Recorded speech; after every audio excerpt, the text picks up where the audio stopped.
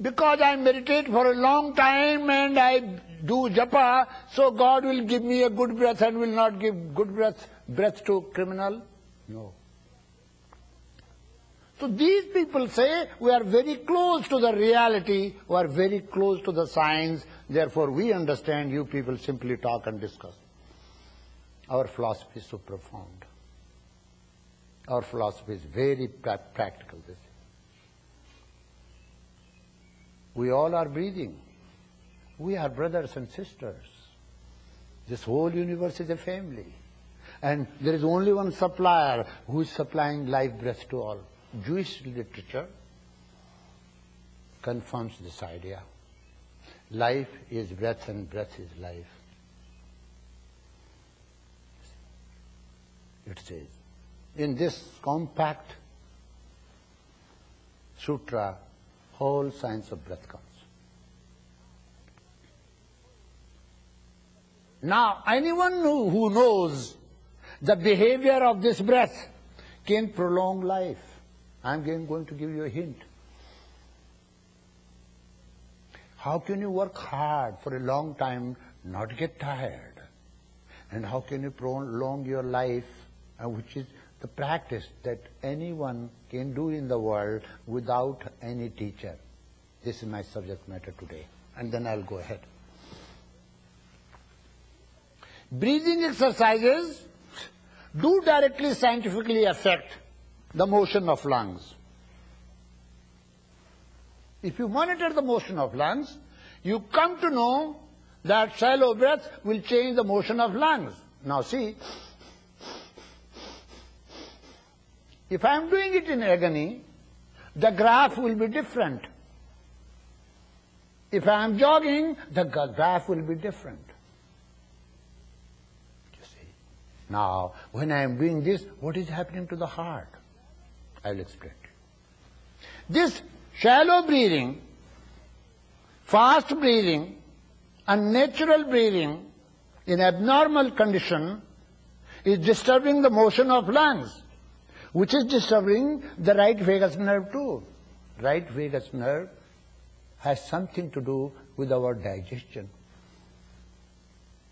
So when digestive tract is affected, immediately you feel like going to bathroom. So you'll find anyone who is too much emotional will find wants to go to bathroom. If it is serious, then bigger bathroom. If it is less, then little bathroom. You see. Why? Because right vagus nerve is disturbed. Its function is disturbed. What is disturbed? Not only that. When motion of lungs are disturbed, they are not disturbed when you are doing exercise, because you are doing it under your conscious control. But if you form the habit of shallow breath, it is not exercise, it's injurious. It is preparing to have heart attack, because you are constantly disturbing the pumping station that pumps blood to the brain. You have only 2.5 to 3 minutes reserve oxygen in your brain. If you go beyond this capacity, you can die. But the yogis can live for many, many years and months, because they know how to slow down the metabolism, how to give rest to that particular part of the body which has got subtle muscles, involuntary system.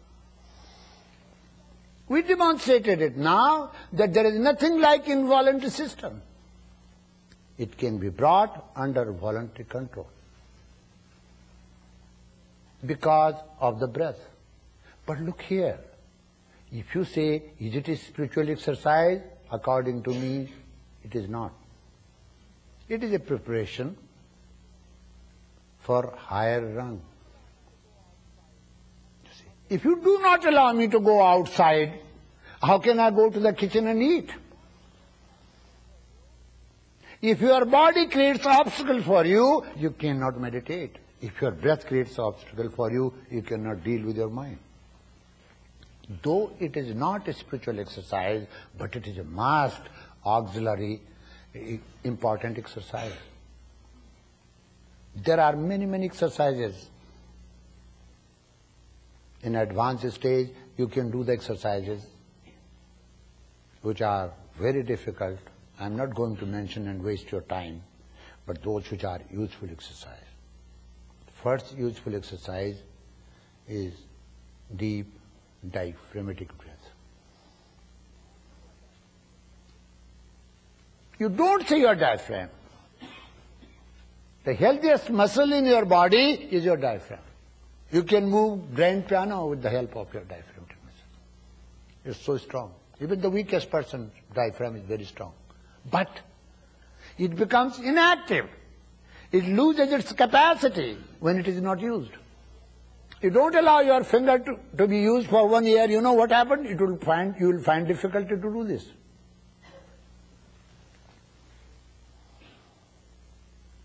Therefore, the function of diaphragm should be understood by the students, aspirants properly. When you push in your abdomen, it pushes in your diaphragm. And then that diaphragm pushes in your lungs. What are the lungs? Oh. If you spread your lungs, all the tissues of the lungs, do you know how much will it? At least 35 miles. You can spread it in 35 miles length. So many tissues. If you gather them together, they can be kept in a cage. See? The lungs are the storehouse, warehouse of exchange, where carbon dioxide and oxygen is exchanged. You are inhaling, this is going to the lungs, and you are working, and wherever it is needed, the oxygen is going to that particular part, being consumed, and the burn up part rushes back to the lungs. So this is inhalation of the oxygen, and this is exhalation of that. Now, you can disturb the motion of your lungs and disturb your health. You take care of your food so much. It's very good. You are becoming aware of nutritious food. So once Dr. Green went to the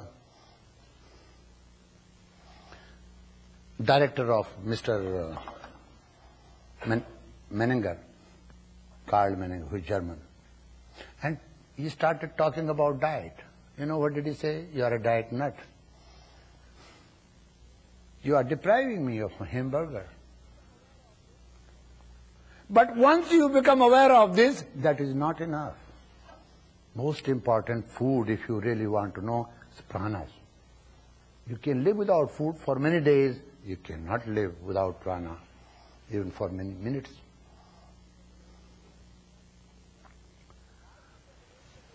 So, one point. How to regulate the motion of lungs means how to have the lungs to expel the carbon dioxide and to inhale, to take in the energy. Input and output should be regulated. For that purpose, to keep the motion of lungs regulated, you learn the exercises.